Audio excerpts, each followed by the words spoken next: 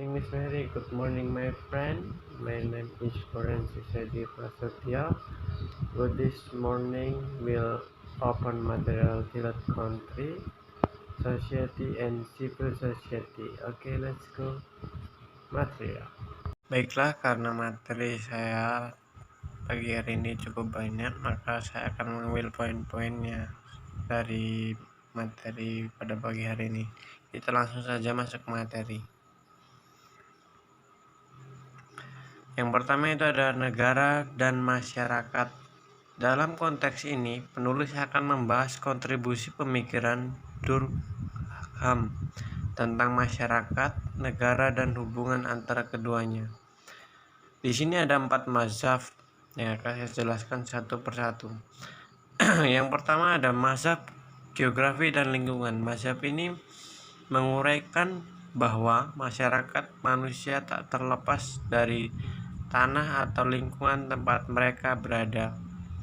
Yang kedua ada mazhab organis dan evolusioner. Mazhab ini menganalogikan antara masyarakat manusia dan organisme manusia. Lalu yang ketiga ada mazhab formal dari George Simmel. Sebagai tokoh mazhab ini memunculkan pikirannya, yakni sebagai lembaga di dalam masyarakat terwujud dalam bentuk superioritas, subordinitas, dan konflik. Semua hubungan sosial, keluarga, agama, peperangan, perdagangan, dan kelas-kelas dapat diberi karakteristik menurut salah satu bentuk di atas atau ketiga-tiganya. Lalu yang keempat ada mazhab hukum. Durkheim menaruh perhatian yang besar terhadap hukum yang dihubungkan dengan jenis-jenis solidaritas yang terdapat dalam masyarakat. Lalu pengertian masyarakat sendiri kemudian dengan pandangan Durkheim tentang masyarakat yang dikaitkan dengan 3 konteks itu, yakni individu sebagai unit subkoordinat, moralitas sebagai fakta sosial, dan Tuhan sebagai refleksi. Setidaknya kita dapat memahami bahwa ada 3 di sini yang poin yang dapat diambil. Yang pertama itu individu tidak akan pernah menjadi signifikan unit analisis terhadap lingkungan sosial. Lalu yang kedua, masyarakat dalam perkembangannya akan senantiasa mengalami dinamika dan serba hubungan. Lalu yang ketiga, masyarakat dicoba dihubungkan dengan asal muasal keberadaan mereka. Siapa yang menciptakan mereka di bumi ini? Apa yang harus mereka kerjakan dalam mengimani sang pencipta mereka untuk keperluan itu? Seperti yang diharapkan di awal, masyarakat merupakan ciptaan Tuhan dan bahkan mengidentifikasi antara keduanya. Lalu yang kedua dan negara. Negara adalah organisasi tertinggi masyarakat yang memiliki teritorial dan kekuasaan untuk mengatur dan memelihara rakyatnya. Dalam kurung masyarakat di bawah perundang-undangan hukum yang jelas dan tegas. Negara juga dapat diuraikan dari sisi aspek yang melekat di sekitarnya. Di bawah ini diuraikan keempat aspek negara tersebut. Yang diantaranya yang pertama yaitu negara adalah sebuah konsep inklusif. Lalu yang kedua, rezim. Dalam kamus politik, rezim adalah pemerintahan yang berkuasa. Lalu yang ketiga, aparat sebagai birokrasi. Lalu yang terakhir, kebijakan. Kebijakan memiliki pengertian yang bervariasi. Dalam kamus politik disebut bahwa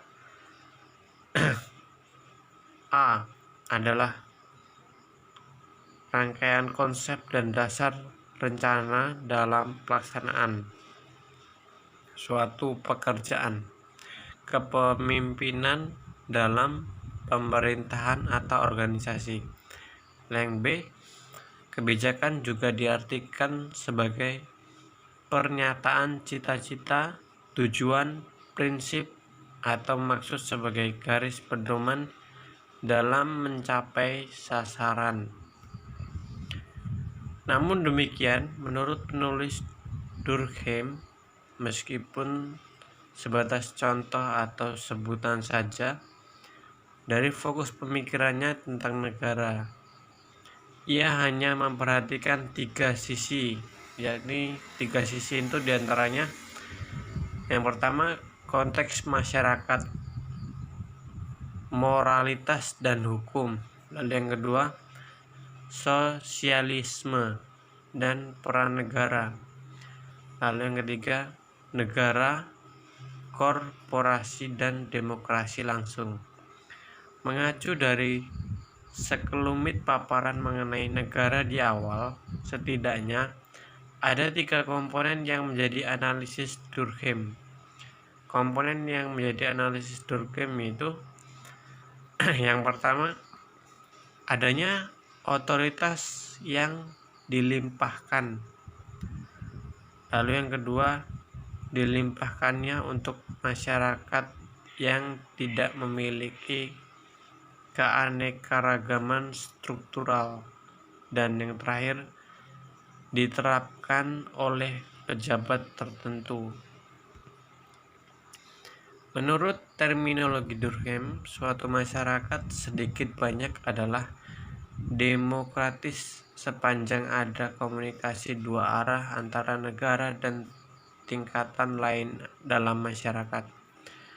Menurutnya, ada suatu akibat yang berkesinambungan yang sangat penting yang bermula dari adanya sistem demokrasi, yaitu bahwa perilaku sosial mempunyai sifat sadar dan terarah. Oleh karena itu, peran negara dalam negara demokrasi bukan hanya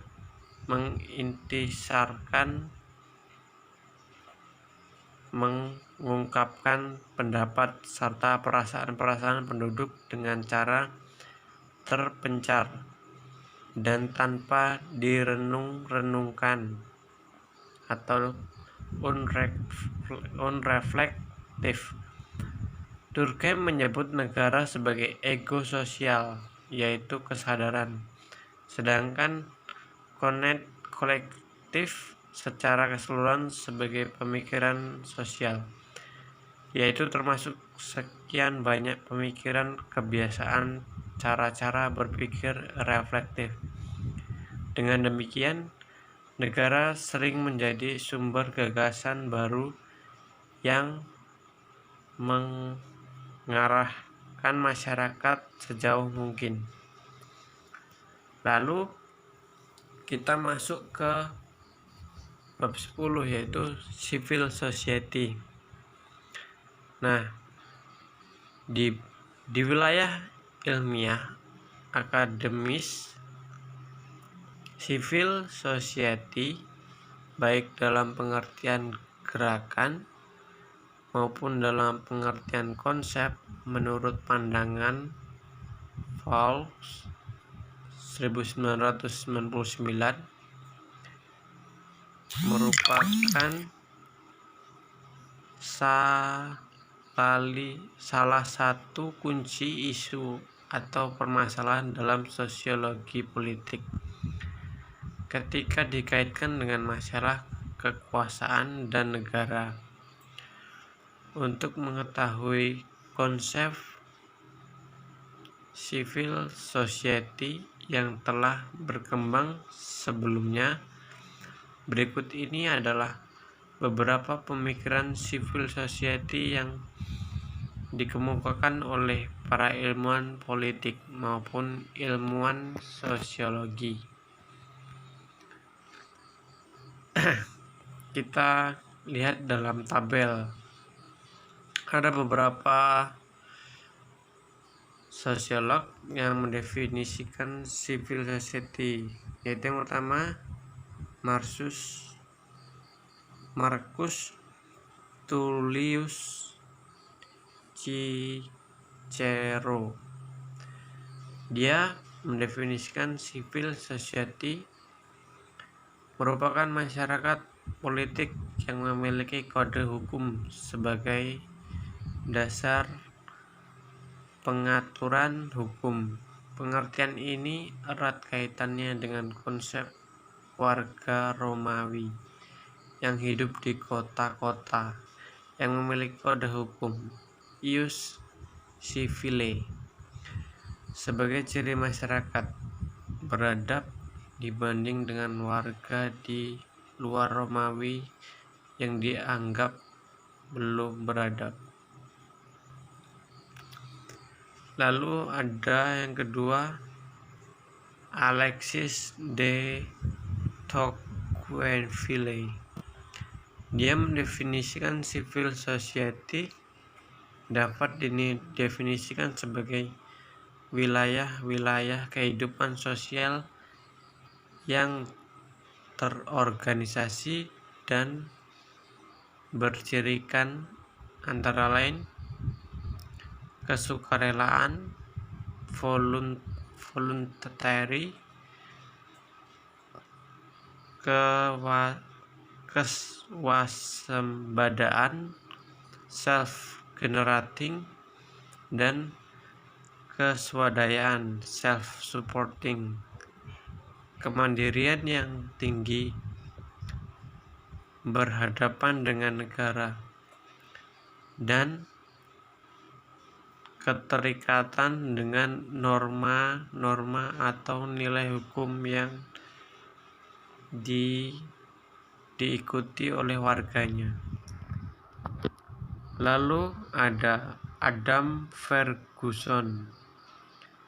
Civil society dipandang sebagai negara digambarkan sebagai bentuk tataan politik yang melindungi dan mengadapkan manusia, seperti seni, budaya, dan spirit publiknya, peraturan-peraturan pemerintah, rule of law, dan kekuatan militer. Lalu selanjutnya ada Thomas Paine. Dia mendefinisikan civil society dimulai dari merebaknya tradisi individualisme dan di Amerika Serikat, yang pada saat itu muncul pemikiran bahwa negara merupakan lembaga impersonal. Lalu ada Ernest Kellner. Civil society adalah masyarakat yang terdiri atas institusi non-pemerintah yang otonom dan cukup kuat untuk mengimbangi negara. Lalu ada John Locke. Dia mendefinisikan civil society sebagai masyarakat politik. Ia dihadapkan dengan otoritas paternal atau keadaan alami, itu status of natural. Masyarakat yang damai, penuh kebijakan, saling melindungi, penuh kesetaraan, keadaan itu berubah setelah manusia menemukan sistem moneter dan uang. Lalu ada James Jacques Rousseau. Dia mendefinisikan sumbangannya atas konsep civil society adalah karena pendapatannya tentang konsep kontrak sosial atau social contract. Masyarakat terwujud akibat kontrak sosial. Ia juga mempunyai konsep keadaan alamiah manusia. Didorong untuk cinta pada diri sendiri yang membuatnya selalu menjaga keselamatan dirinya dan naluri untuk memuaskan keinginan-keinginan kemanusiawinya. Manusia pada dasarnya memiliki kebaikan-kebaikan alamiah atau natural goodness. Maka bila terjadi perang, itu bukan fenomena alamiah, melainkan fenomena sosial. Lalu ada Hegel. Dia mendefinisikan civil society adalah bagian dari tataan politik secara keseluruhan. Bagian dari tataan politik lain adalah negara atau state. Civil society yang dimaksud adalah perkumpulan mereka antara seorang yang membentuk burgernalis atau bourgeois society. Bagi Hegel, negara adalah perwujudan jiwa mutlak atau absolut ia yang bersifat unik karena memiliki logika, sistem berpikir dan berperilaku tersendiri yang berbeda dengan lembaga politik lain atau civil society. Lalu yang terakhir ada Antonio Gramsci, memisahkan civil society di satu sisi dan negara di sisi lain. Civil society melawan hegemoni negara. Ia mendefinisikan civil society sebagai kumpulan organisme yang disebut privat dengan masyarakat politik yang disebut negara. Wilayah-wilayah institusi privat itu antara lain gereja, serikat-serikat pekerja dagang, serta lembaga pendidikan.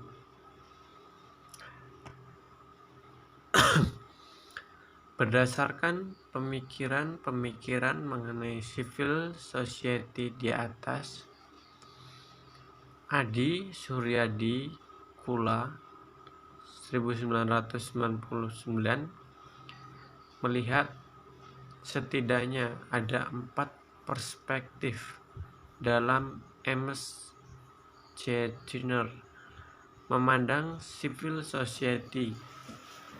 Yang pertama yaitu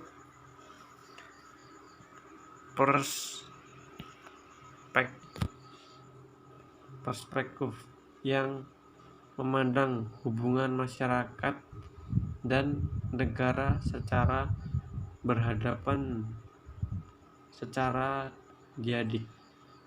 Lalu yang kedua, masyarakat dan negara sebagai masyarakat politik merupakan dua entitas yang secara rasional dan fungsional tidak terpisahkan. Lalu yang ketiga, perspektif yang memandang hubungan masyarakat dan negara tidak dalam konteks diadir sebagai dua entitas yang selalu berhadapan dalam situasi konflik. Lalu yang terakhir, perspektif yang memandang onisanity dipisahkan dan tiga entitas lainnya: negara atau state, masyarakat politik political state, dan masyarakat ekonomi atau economy state. Muhammad A.S. Hikam 1996 secara ringkas menyebut bahwa sebagaimana dikonsepkan oleh para pelopornya, civil society paling tidak memiliki tiga ciri utama, yaitu yang pertama, adanya kehadiran yang cukup tinggi dan individu-individu dan kelompok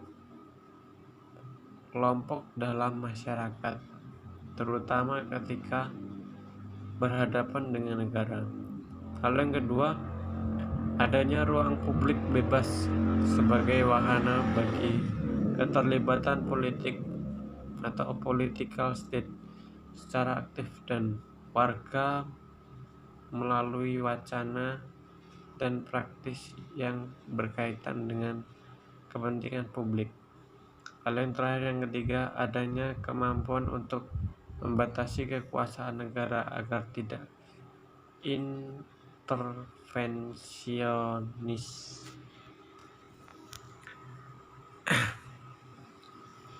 Lalu kita masuk ke pilar-pilar penegak civil society di Indonesia. Untuk konteks di Indonesia, pilar-pilar yang terus berkontribusi bagi menegakkan civil society, yakni yang pertama itu ada gerakan mahasiswa, lalu yang kedua ada lembaga swadaya masyarakat atau LSM, lalu yang ketiga yang terakhir pers sebagai pilar civil society. Oke, itulah presentasi dari saya. Sekian dan terima kasih. Thank you. Selanjutnya saya serahkan ke moderator. Presentation from my group. Thank you and good morning. Selanjutnya saya serahkan ke moderator.